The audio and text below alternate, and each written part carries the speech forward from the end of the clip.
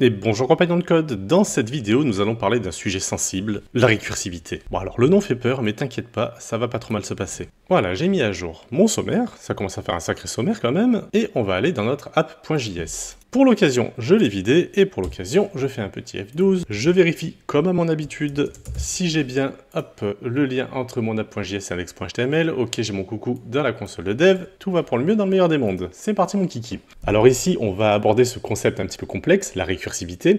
Le but ici va être d'en faire une première approche. Lorsque un cas concret va se présenter à toi, tu comprendras mieux, mais au moins déjà, en voyant cette vidéo, tu comprendras un petit peu l'idée de ce qu'est la récursivité. On va commencer par déclarer une variable, let mon nombre, et je vais lui attribuer une valeur de 0. On va se créer une fonction, afficher nombre. En paramètre, nous enverrons un nombre quelconque, en l'occurrence nous ce sera mon nombre, et pour l'exécution, on va juste faire un console log qui affichera le nombre. Ok, on va appeler notre fonction afficher nombre, et dedans on va mettre mon nombre. Là, il m'affiche 0. Super. Si à tout hasard, je lui dis, après le console log, à ce nombre, tu vas lui ajouter 1, plus égale 1.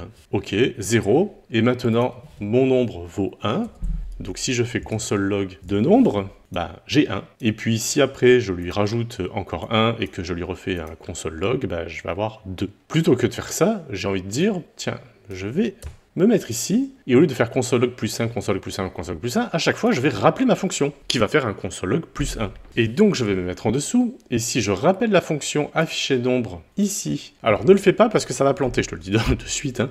Donc laisse-moi planter tout seul, ça ira très bien. Qu'est-ce qu'on obtient? Hop, hop, hop, hop, hop, c'est en train de planter, c'est en train de s'accentuer, c'est un peu galère, j'ai le PC qui rame, donc le fais surtout pas s'il te plaît. Donc ce qu'on voit, c'est qu'à chaque fois, j'ai 0, 1, je rappelle la fonction, ça me fait console log de 1, plus 1 ça fait 2, etc., etc. Et on voit donc qu'on a une infinité de nombres, enfin une infinité. Autant que JavaScript peut travailler, si je vais tout en bas du tableau, et il continue, il s'arrête pas, et là il me dit, hop, on arrive au maximum. Donc voilà comment faire pour planter un PC, on fait une fonction récursive qui s'appelle, mais sans condition de sortie. C'est ce que nous appelons une boucle infinie, ou un plantage tout simplement. Lorsque nous appelons une fonction de manière récursive, il faut toujours qu'il y ait une condition d'arrêt. Sinon, bah, la fonction elle va s'appeler indéfiniment, et le programme à un moment donné plante, et heureusement parce que s'il plantait pas, ça bloquerait le PC, qui arrêterait pas d'exécuter cette opération sans cesse, sans cesse, sans cesse. Donc on va sur une fonction avec une condition de sortie cette fois-ci. On va faire notre console log, notre nombre plus égale 1, et on va se dire, if nombre strictement inférieur à 10, par exemple, à ce moment-là, tu vas exécuter la fonction.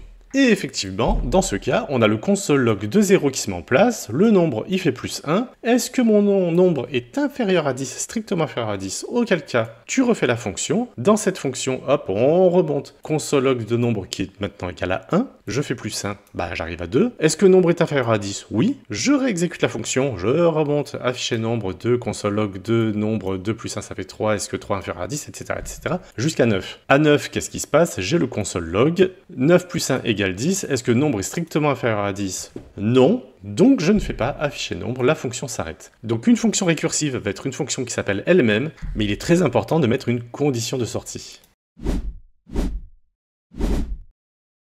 Alors à quel moment peut-on utiliser une fonction récursive de manière plus concrète que cet exemple? Par exemple, on peut se faire un compte à rebours. Let time égale 10, on va se déclarer une fonction compte à rebours, à l'intérieur on va se mettre un compteur. Alors dans cette fonction, ce qu'on va faire, c'est qu'on va se faire un console log de notre compteur, donc je récupère compteur, et en dessous on va se dire si mon compteur est strictement supérieur à 0, à ce moment-là je rappelle ma fonction compte à rebours avec le compteur, mais avec le compteur décrémenté de 1, et à ce moment-là, je ne veux pas lire la suite de mon code dans ma fonction, donc je fais un return. Si à tout hasard, on ne rentre pas dans cette condition, c'est-à-dire que le compteur est égal à 0, à ce moment-là, je vais faire un console log décollage. Maj Alt F, je range mon code, et maintenant, on va se faire un console log mise à feu, puis nous allons pouvoir appeler notre fonction compte à rebours. Alors à l'intérieur, qu'est-ce qu'on peut faire? C'est soit mettre une valeur en dur, soit récupérer effectivement la valeur de time. Alors, histoire qu'on n'ait pas le 0 à 9 là qui nous embête, je vais commenter le afficher nombre qui est là. Donc on a bien notre mise à feu qui est ici, on a bien notre décollage qui est là, et au milieu il se passe rien puisque nous n'avons pas effectivement de paramètres. Je mets time en paramètres, et on a mise à feu, 10, 9, 8, 0, et décollage. Donc voilà un petit exemple ludique et tout simple d'une fonction récursive, à savoir que ce n'est pas la principale des utilisations.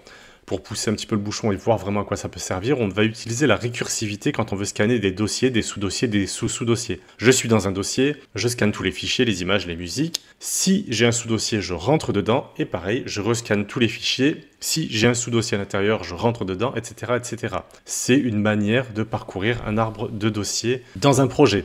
Si tu as envie de devenir le meilleur ami de Fibonacci, même combat, une fonction récursive pourra faire l'affaire. Donc j'ai conscience que le concept à ce niveau-là peut être un petit peu flou pour le moment, mais quand tu en auras besoin concrètement, n'hésite pas à revenir voir cette vidéo si c'est nécessaire. Le seul truc que tu as à retenir, c'est que une fonction récursive, c'est une fonction qui s'appelle elle-même, mais il faut toujours avoir une condition d'arrêt d'appel de la fonction. Voilà ce que je voulais te dire sur les fonctions récursives, je te laisse digérer tout ça et je t'attends dans la prochaine vidéo dans laquelle nous allons parler des callbacks.